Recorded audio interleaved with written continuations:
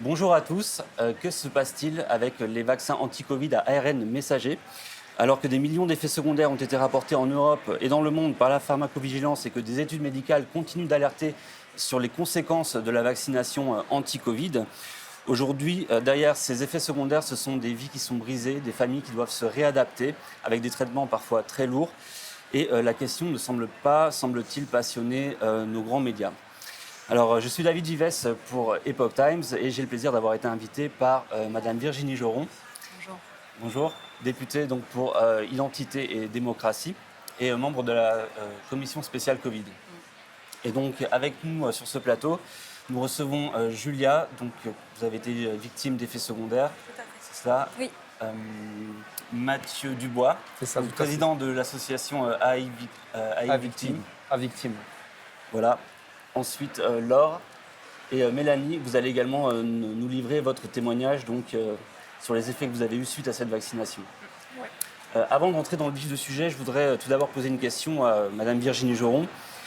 Nous sommes ici aujourd'hui pour une raison, c'est que nous ne pouvons pas être ailleurs à l'événement que vous aviez prévu, donc une exposition qui a été annulée par le Parlement européen, par l'administration. Est-ce que vous pouvez nous en dire plus? Alors, elle n'a pas été annulée, elle a été interdite. Ah oui. Pourquoi c'était important pour moi d'organiser cette exposition? Parce que ça a du sens. Ça fait plus de 3 ans que je travaille sur ce sujet. J'étais membre de la commission Covid et effectivement, j'ai vu au fur et à mesure des travaux qu'on ne voulait pas parler des effets secondaires, qu'on ne voulait pas entendre les témoins des vaccins et notamment victimes des effets secondaires, puisqu'on a vu dès le début, en 2021, qu'il y avait des problèmes liés à cette vaccination. Et donc, par cohérence avec ce combat, et j'ai été témoin de leur exposition de rue à Aix-en-Provence, et c'est là que j'ai eu cette idée de les faire venir ici au Parlement, ici à Strasbourg, parce que ce Parlement considère que c'est le berceau de la démocratie, que c'est la Chambre et c'est aussi le bureau des citoyens.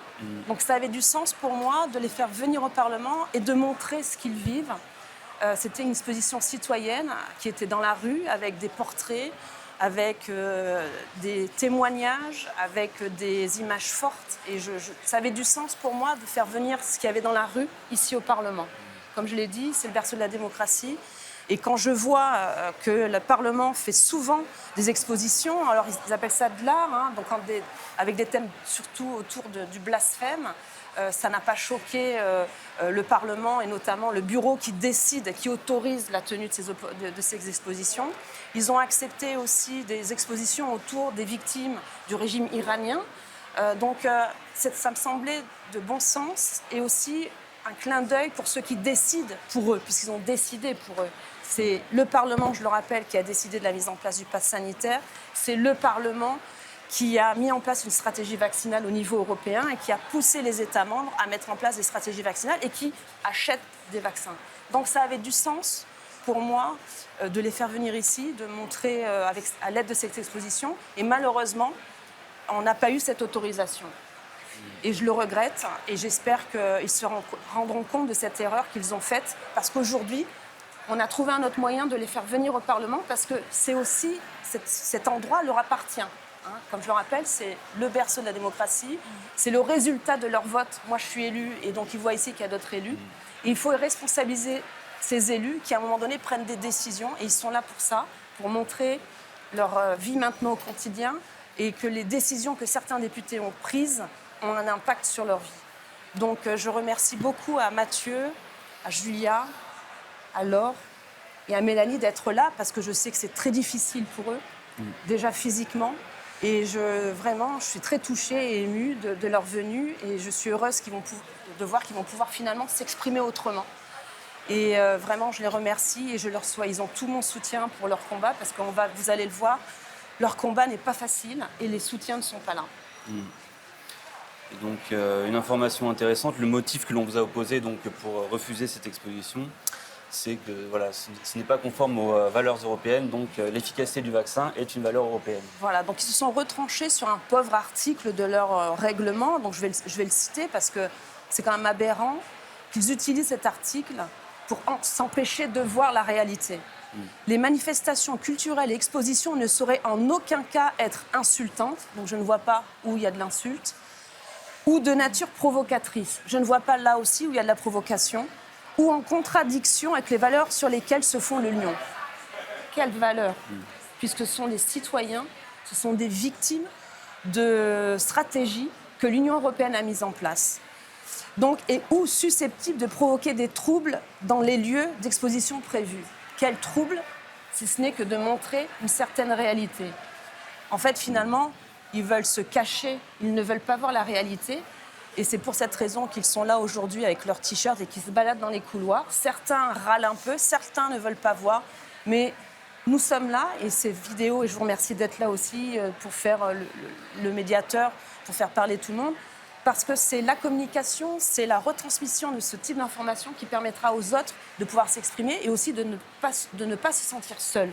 Parce qu'encore aujourd'hui, certaines victimes n'osent pas encore s'afficher, se sentent encore isolées, mais qu'ils sachent qu'il y a ici des associations, des victimes et qui ont le courage de le dire et de porter ce témoignage. Et c'est important. Voilà, on n'a pas pu le faire sous forme d'exposition, on va le faire sous forme de vidéo et de témoignages dans les couloirs. Très bien. Eh bien, on peut commencer tout de suite. Mélanie Maupas, donc vous avez été diagnostiquée maladie de Charcot après une injection. Après la deuxième. La deuxième injection. Oui. Est-ce que vous pouvez revenir sur cette histoire? Alors, je me suis faite vacciner en juin 2021, donc la première et la deuxième dose. J'ai commencé à avoir des effets indésirables 2-3 jours après la deuxième injection. Donc je ne m'inquiétais pas plus que ça. C'était des fasciculations au niveau de mon bras.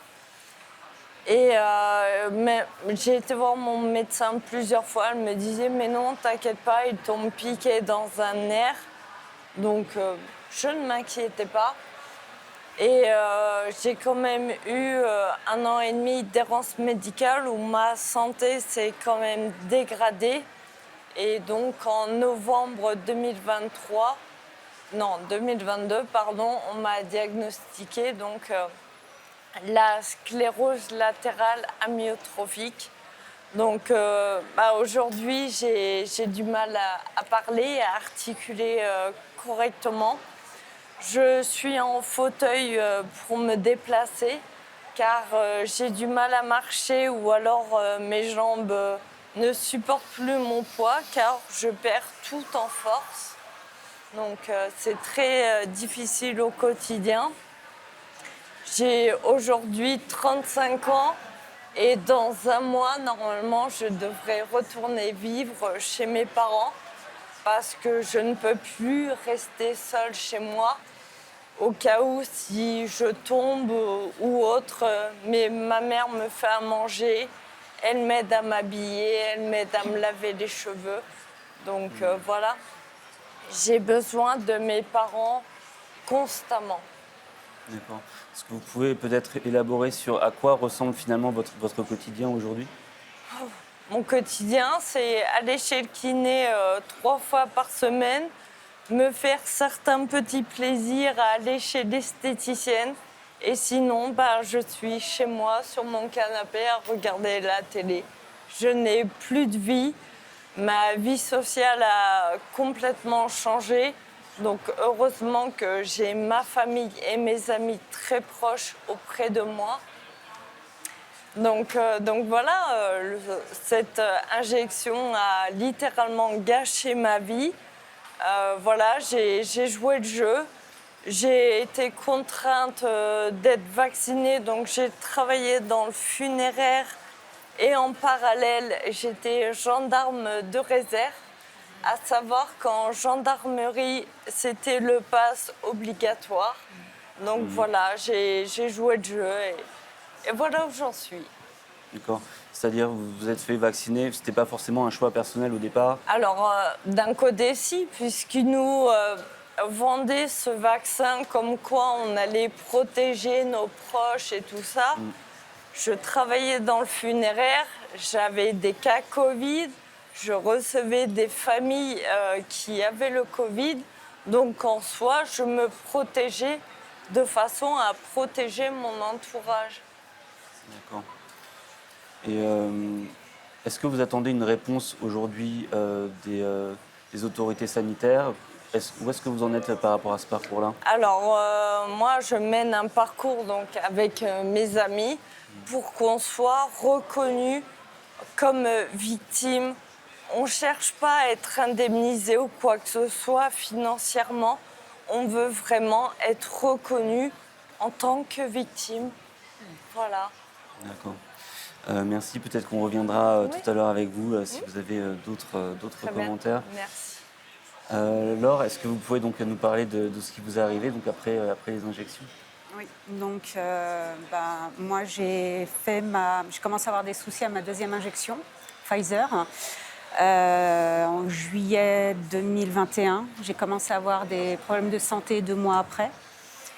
Déjà j'avais énormément de fatigue, hein, mais j'ai commencé à avoir des problèmes neuropathiques et des acouphènes en permanence. Du coup, j'ai dû voir mon médecin et puis j'ai commencé à passer d'examen en examen, de spécialiste en spécialiste. Hein. Et donc, à un moment donné, j'étais obligée de faire ma 3e injection parce que à cette époque-là, pour passer des examens à l'hôpital, il fallait avoir un pass vaccinal et donc, je devais passer des examens assez importants pour savoir ce que j'avais. Hein. Et donc, j'ai dû contrainte de faire cette 3e injection. Et 3 semaines après, je ne pouvais plus marcher. Donc voilà, la peur. On a pensé que j'avais la sclérose en plaques. Après, il y a eu plein d'enchaînements de petites maladies, suspicions. Hein. Et donc, au jour d'aujourd'hui, donc j'ai une perte d'audition. Je dois aller consulter un ophtalmo spécialisé en vertige et acouphènes tous les 6 mois parce que je peux perdre encore. J'ai été diagnostiquée encéphalomyélite myalgique. Donc c'est une maladie qui est incurable, qui ne se soigne pas pour l'instant. J'ai été faire justement un TAP IRM qui marque bien l'encéphalomyélite myalgique. Donc j'ai vraiment un examen concret là-dessus, au niveau de l'état de mon cerveau, qui est malheureusement dans un état pas top. Je suis reconnue par la pharmacovigilance depuis juillet 2023. Donc voilà, je trouve, pour moi c'était important de donner tous ces examens-là et puis montrer justement à Madame Joron d'essayer d'expliquer à vos collègues justement que voilà, nous sommes des victimes, nous sommes là et puis voilà, je suis un peu émue. Hein. Mais oui, moi aussi. Voilà, on nous cache, on nous censure et on se bat pour la maladie, on se bat pour... on existe, on est là, on est malade. Et voilà, c'est une bataille de tous les jours pour la maladie, pour la reconnaissance. Et malheureusement, on n'a pas voulu de nous... Je suis très sensible. Et voilà, pour moi, je me dis, c'est peut-être le seul moyen de voir certains députés, hein, voilà, qui sont élus du peuple. On est là, on existe. Et voilà, c'est au nom de toutes les victimes. Moi, maintenant, je suis en fauteuil roulant aussi. J'ai du mal à me déplacer. J'arrive à me déplacer avec ma canne. Mais voilà, je suis handicapée. On a carte handicapée. Moi, je suis handicapée à 79%. Enfin, ma vie, elle est foutue. J'ai 3 enfants. J'ai des jumeaux de 15 ans et une petite fille de 10 ans. Et puis voilà, ma vie de maman... c'est pas évident, les enfants ont du mal à comprendre, alors que j'étais quelqu'un qui était très active et qui faisait énormément de sport. Et là, j'ai une trentaine d'effets indésirables, des pertes de mémoire, des décharges électriques, des douleurs non-stop dans le corps, une perte d'audition. Enfin, on m'a bousillé ma vie. Oui, il y a des témoignages qui sont vraiment saisissants par rapport, j'en ai vu aussi aux États-Unis, où des victimes parlent d'électrochocs qui leur arrivent alors qu'ils marchent, mais c'est ça, simplement, mais ou c'est ils ont des vacarmes dans les oreilles. C'est très difficile à imaginer en fait. C'est ça, c'est pas évident. C'est pour ça qu'avec cette association, on arrive à se comprendre. Et au départ, on se pose des questions, on se dit mince, je suis peut-être folle ou c'est peut-être dans ma tête. Et puis quand on commence à évoquer nos effets, et ben non, enfin du coup, on se retrouve vraiment. Voilà, on trouve la force qu'il faut pour être ici actuellement. Et encore une fois, on se bat pour les personnes. Il y a des personnes qui sont pires que moi. Des personnes qui sont dans le noir avec des boules caisses, qui ne supportent pas la lumière. Moi, mon état d'encéphalomyélite myalgique est grave, mais il y a encore plus grave. Il y a des personnes qui malheureusement, des fois, décident de partir au suicide assisté. Enfin, c'est catastrophique. J'ai une question, si vous permettez. Le fait que ça soit reconnu maintenant dans la stratégie vaccinale, vos médecins ou ceux qui vous suivent, est-ce qu'ils vous recommandent parce que le Parlement continue à acheter des doses, là, hein. C'est un sujet quand même qui est encore d'actualité. Moi, je le vois au sein du Parlement européen. On l'a vu dernièrement, une offre d'appel pour Moderna pour continuer à acheter plus de 216 millions de doses. Moi, la question que j'ai envie de poser est de savoir comment gèrent maintenant ceux qui vous suivent. Est-ce qu'ils vous recommandent ou vous interdisent de vous faire vacciner?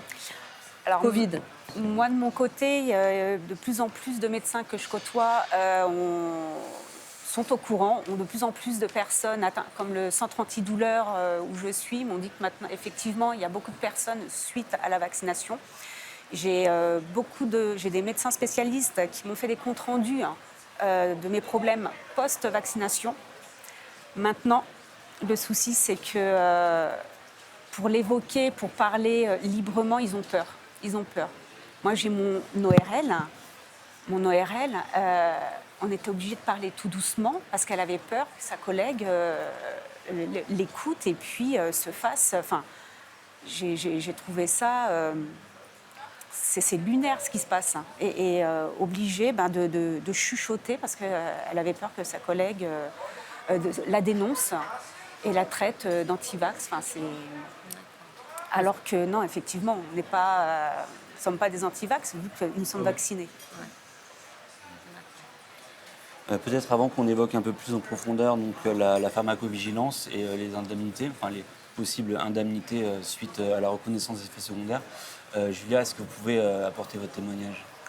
Alors, moi, j'ai eu une péricardite post-vaccinale à la 2e dose. Et en fait, effectivement, mon médecin avait fait une reconnaissance à la pharmacovigilance par rapport à ça. Et donc, je les ai eus au téléphone et vraiment, j'avais l'impression qu'ils minimisaient la chose, mais clairement, en disant que voilà, c'était très exceptionnel, qu'en plus, je ne faisais pas partie des statistiques parce qu'en général, c'est plus des hommes que des femmes.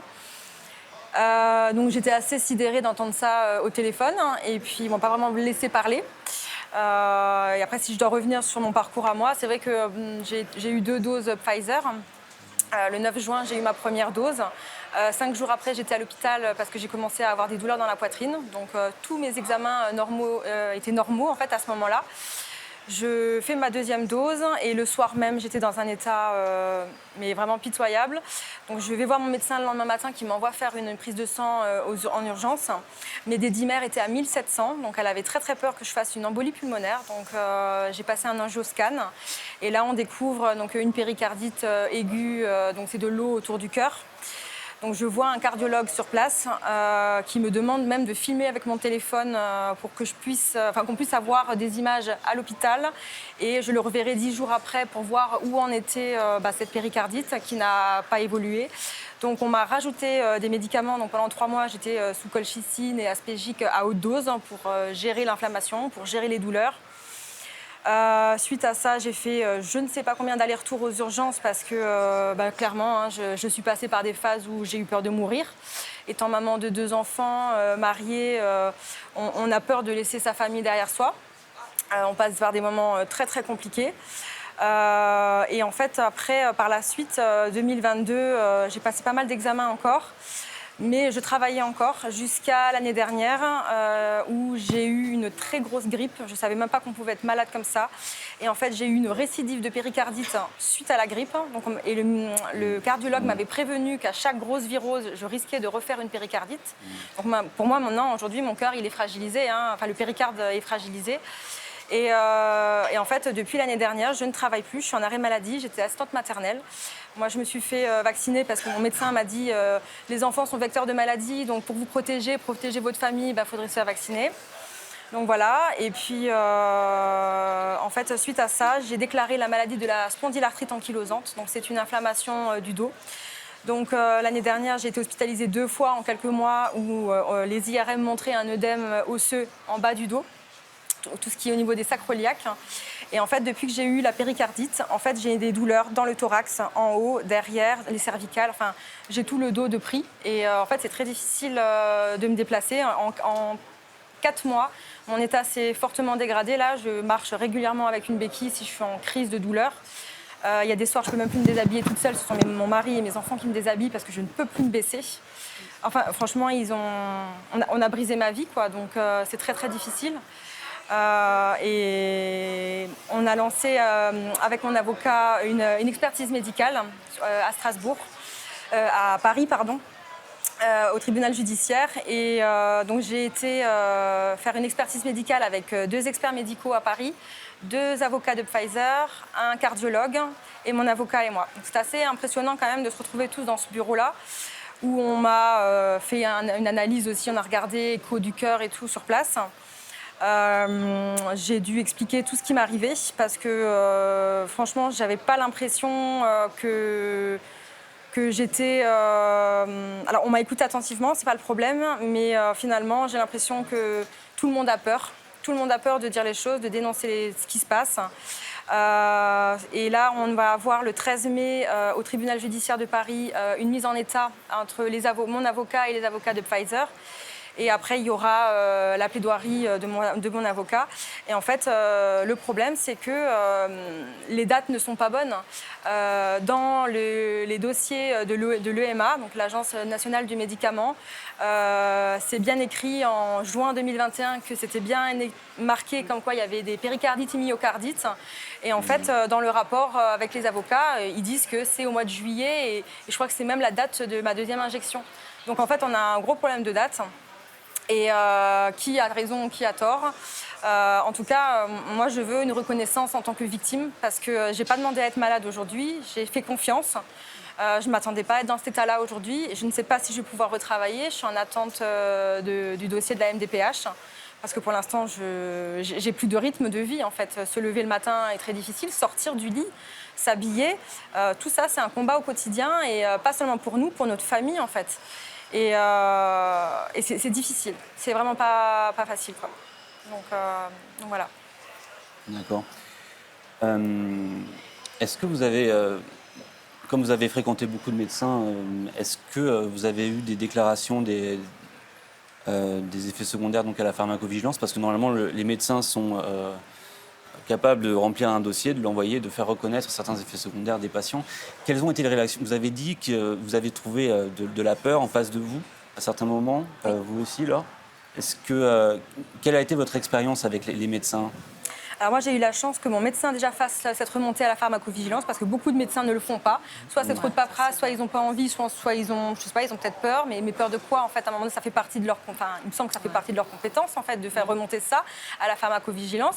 Heureusement qu'aujourd'hui, on a Solidéclat qui aide les victimes pour pouvoir faire remonter ces effets secondaires pour faire le lien avec l'injection. Moi, j'ai un papier du cardiologue qui dit que c'est une péricardite post-vaccinale. Donc, ça apporte du poids dans mon dossier. Donc, ça, c'est super important. Malheureusement, ce cardiologue est décédé 1 mois après lors d'un accident de loisir. Donc ça a été le branle-bas pour pouvoir retrouver un cardiologue parce que quand on n'est pas suivi dans des médecins comme ça spécialistes, ils refusent les nouveaux patients. Donc, déjà, pour se faire soigner, c'est pas évident. Donc, j'ai dû taper à plusieurs portes. Et c'est vrai que, est-ce que c'est la peur? Est-ce qu'il y a, je sais pas, qu'est-ce qui plane au-dessus pour que autant de gens nient les choses et ne parlent pas de nous? Parce qu'on nous cache, quoi. On nous cache, on ne veut pas nous entendre parler. Et Et je suis désolée, à un moment donné, je veux dire, on a mis ces vaccins en place. Je pense qu'à un moment donné, après, il faut assumer les choses derrière. Donc voilà, ouais. D'accord. Mathieu Dubois. Oui. Non, allez-y. Ok. Mathieu Dubois, est-ce que vous pouvez présenter l'association que vous avez créée donc, Oui. et également parler de votre expérience? Oui, alors je parlais d'abord de l'association que j'ai créée avec Mélanie et son papa. Elle est créée depuis le 27 décembre 2022. Alors, cette création s'est faite parce que, effectivement, je suis également tombé malade suite à l'injection Moderna, première dose, le 10 septembre 2021, à 10h45. On ne peut pas oublier cette date et cette heure où moi, j'ai eu les premiers effets dès le lendemain de l'injection, avec des fortes douleurs au niveau des jambes. Et quelques jours après, en fait, je ne marchais plus. Donc, on m'a parlé un peu comme Laure au début, sclérose en plaques, Guillain-Barré. Aujourd'hui même, je ne sais pas encore le diagnostic que j'ai exactement, cette pathologie. Je sais que c'est neurologique parce que j'ai vu plusieurs neurologues et dont une m'a confirmé par un compte-rendu que c'était bien un problème neurologique post-vaccinal. Donc ça, c'est très important. Et donc du coup, suite à mon histoire personnelle et suite à la rencontre avec Mélanie et son papa, on s'est dit qu'il y a quelque chose qui se passait. Donc on a dit que c'était hors de question de laisser les choses un peu se dérouler comme ça parce que aujourd'hui clairement l'association à victimes, on regroupe 350 adhérents. Alors je fais une parenthèse parce qu'on a aussi des Covid longs avec nous parce qu'il ne faut pas oublier qu'il y a des Covid longs également qui sont en galère également médicale où il y a les pathologies Covid. Exactement, tout à fait, les pathologies Covid. On s'est rendu compte qu'il y avait beaucoup de similitudes avec les pathologies Covid longs et post-injection. Les filles l'ont très bien résumé. Aujourd'hui, l'association, on a vraiment un but, c'est la reconnaissance des victimes, l'aide médicale adaptée, trouver les bons médecins. C'est ce qu'on discutait avec Mme Joron tout à l'heure. D'ailleurs, je tiens à la remercier encore une fois du fond du cœur de tout ce qu'elle fait pour nous. Je pense qu'elle ne se rend pas compte le travail qu'elle fait et vraiment, je le dis vraiment du fond du cœur. On la remercie infiniment, vraiment. Et Dieu sait qu'on est beaucoup à vous le dire. Voilà, aujourd'hui, moi, je vois beaucoup de détresse humaine, parce que j'ai beaucoup de victimes au téléphone. On parle souvent du physique, mais le moral aussi également, où il y a des gens en fait, qui sont seuls. Il ne faut pas oublier qu'on a beaucoup de jeunes. Aujourd'hui, on vit dans un monde, malheureusement, où on est assez égoïste, et on oublie les jeunes qui sont seuls, dans la souffrance. Moi, je n'arrive pas à comprendre qu'en 2024, on laisse encore souffrir des gens qui ont besoin, qui appellent à l'aide, qui ont été voir des hôpitaux, des médecins. On leur dit, c'est dans votre tête. On a même enfermé des gens. Moi, il y a 3 victimes qui ont été mises en centre psychiatrique. Parce qu'on leur a dit que c'était dans leur tête. Mais comment on peut dire ça aujourd'hui? Quel est l'intérêt aujourd'hui de dire qu'on fait semblant, qu'on n'est pas bien, que moi, je vois la souffrance au quotidien. Moi, j'ai l'exemple de Mélanie également, mais de tous les autres. C'est un combat. C'est vraiment un combat au quotidien. Moi, je l'ai vu pour moi. Je suis aujourd'hui reconnu à 79% d'handicap aujourd'hui, avec une béquille au quotidien. Je suis un peu ému, où j'ai heureusement une femme et un enfant qui sont merveilleux, avec des amis et une famille merveilleuse. Aujourd'hui, on a créé cette famille-là, où on a des gens, mais vraiment d'une humanité sans nom. On a rencontré également des députés, sénateurs, qui également nous ont tendu la main. Voilà, je reviens encore sur Mme Joron, qui, au-delà de nous tendre la main, aujourd'hui, c'est grâce à elle qu'on est là. Je trouve scandaleux la manière qu'a été traitée l'exposition qu'on devait faire. On n'est pas là pour enquiquiner le monde, en fait. On a joué le jeu, on est tombé malade, et on vous oublie, on vous met de côté. Mais non, en fait, on reste des êtres humains, on veut vivre normalement. Aujourd'hui, notre vie, elle est complètement brisée. Mais vraiment, je peux vous dire que j'ai plein d'exemples à vous donner. J'ai un exemple, un chiffre qui va vous faire froid dans le dos. On a 14 maladies de Charcot avec nous dans l'association. 14 maladies de Charcot, dont la plus jeune a 19 ans. Mais qu'est-ce que vous voulez dire à ces gens-là? C'est des familles brisées. Et on ose dire derrière, mais non, ça n'existe pas, vous êtes complotiste et anti-vax. Mais ça veut dire quoi, complotiste? Ça veut dire parce qu'on émet un doute sur le fait qu'on a fait une injection et qu'on est tombé derrière malade.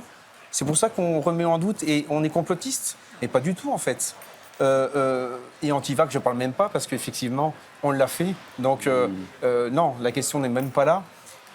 On a fait également des marchés, beaucoup dans le centre de la France, on est dans l'Allier.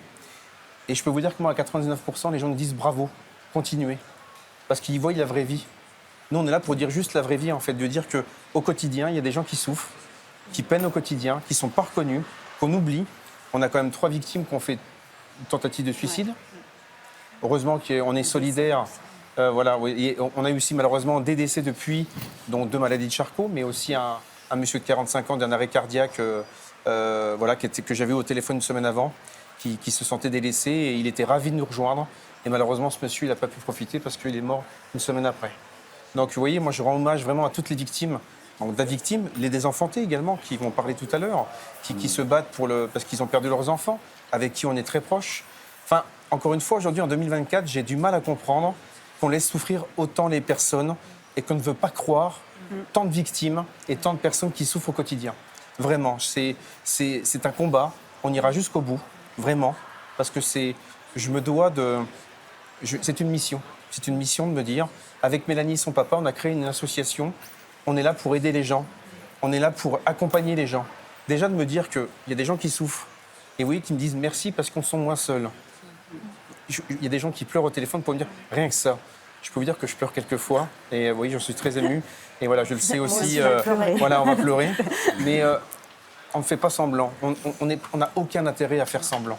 Moi, je veux juste retrouver un semblant de vie. Et encore, il y a pire que moi.